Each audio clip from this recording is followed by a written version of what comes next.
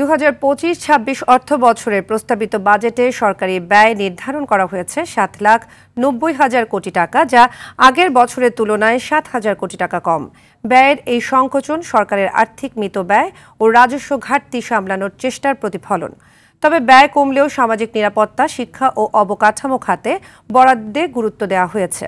Budget কাঠামোতে সুষম উন্নয়ন ও মুদ্রাস্ফীতি নিয়ন্ত্রণের লক্ষ্যে কিছু ব্যয় হ্রাস পরিকল্পিতভাবে করা হয়েছে।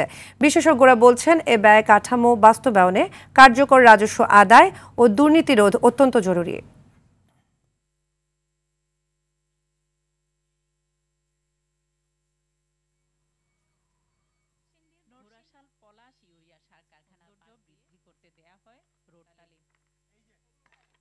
গাড়িটা আমার প্রেজেন্ট, আমার ফিউচার, আমার হ্যাপি লাইফ।